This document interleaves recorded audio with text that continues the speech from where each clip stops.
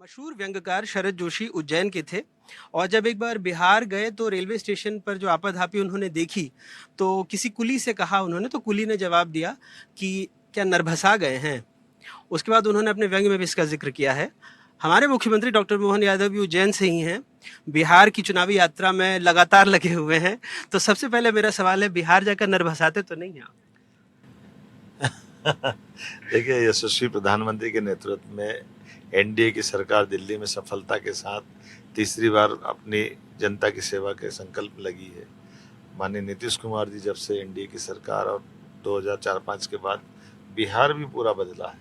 15 लाख करोड़ से ज़्यादा के मंजूरी भारत सरकार के माध्यम से मिली है।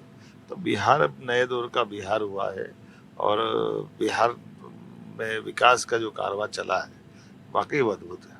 किन किन सीटों पर आप गए और क्या आपको चुनावी माहौल बिहार का दिख रहा है मुख्यमंत्री जी? अब तो मैं कई बार गया, मैं भूल गया कितनी सीटों पे गया हूँ, लेकिन जैसा माहौल दिख रहा है चारों तरफ, एक बार फिर एनडीए सरकार।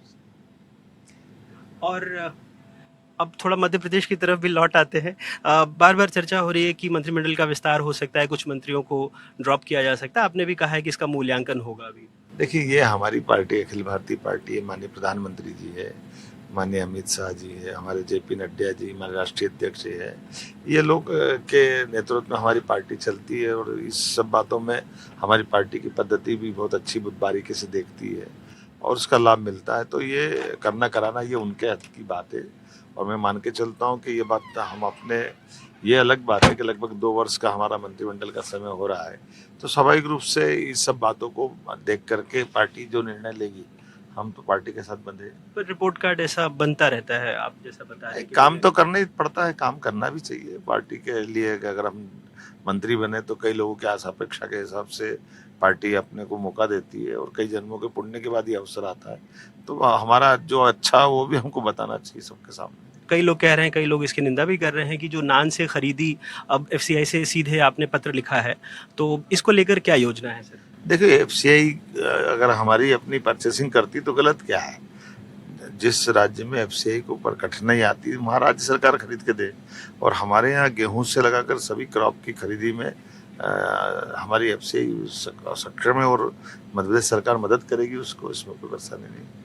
अब थोड़ा फिर से बिहार की तरफ लौट जाते हैं। कई बार ये कहा गया कि आपको जिम्मेदारी इसलिए भी दी गई क्योंकि यूपी बिहार में यादव वोटरों को साधना है, लेकिन आपने कई बार बताया कि आपकी पार्टी में कोई भी इस पद के लिए दावेदार होता है, जो काम करता है उसको ये जिम्मा मिलता है। लेकिन अब जब आप वहाँ चुनाव में जाते हैं तो आपको लगता है कि इसका कोई फायदा भी होता है?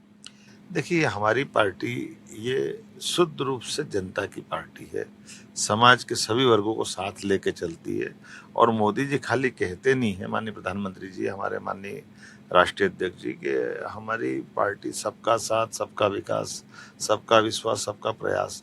तो सभी समाज को लिए साथ है, आगे है बढ़ते जाना।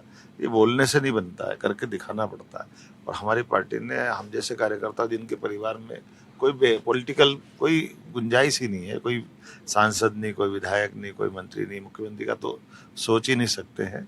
ऐसे में हम जैसे लोगों को मौका दिया तो ये तो गर्व की बात है। मैं सबके बीच बताता भी हूँ कि हमारे यहाँ ये पार्टी में मैंने ऐसे कई राज्यों के मुख्यमंत्री मंत्रीगण हैं जिनके परिवार में कोई पॉलिटिकल बैकग्राउंड नहीं। तो ये सच्चे अर्थ में जनतांत्रिक पार्टी है, गणतंत्र का सम्मान करने वाले स्टेप है।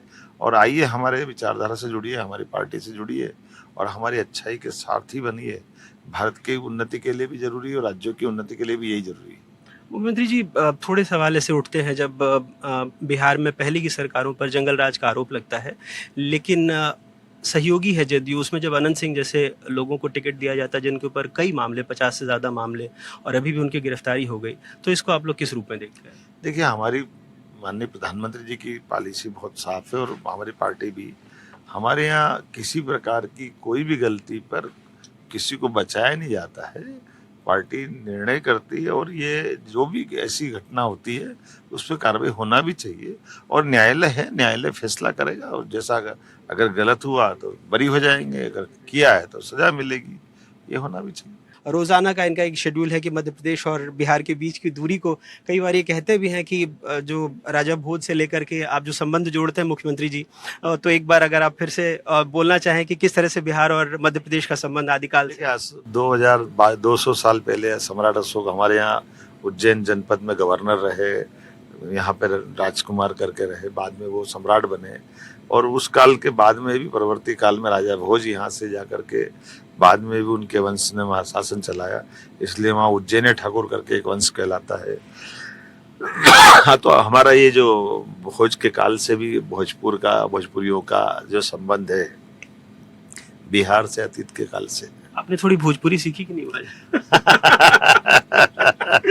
तो सब हमारी भाषाएं सबसे प्रेम है। भोपाल से अपने कैमरा सहयोगी राजू बाथम के साथ अनुराग द्वारी, एनडीटीवी।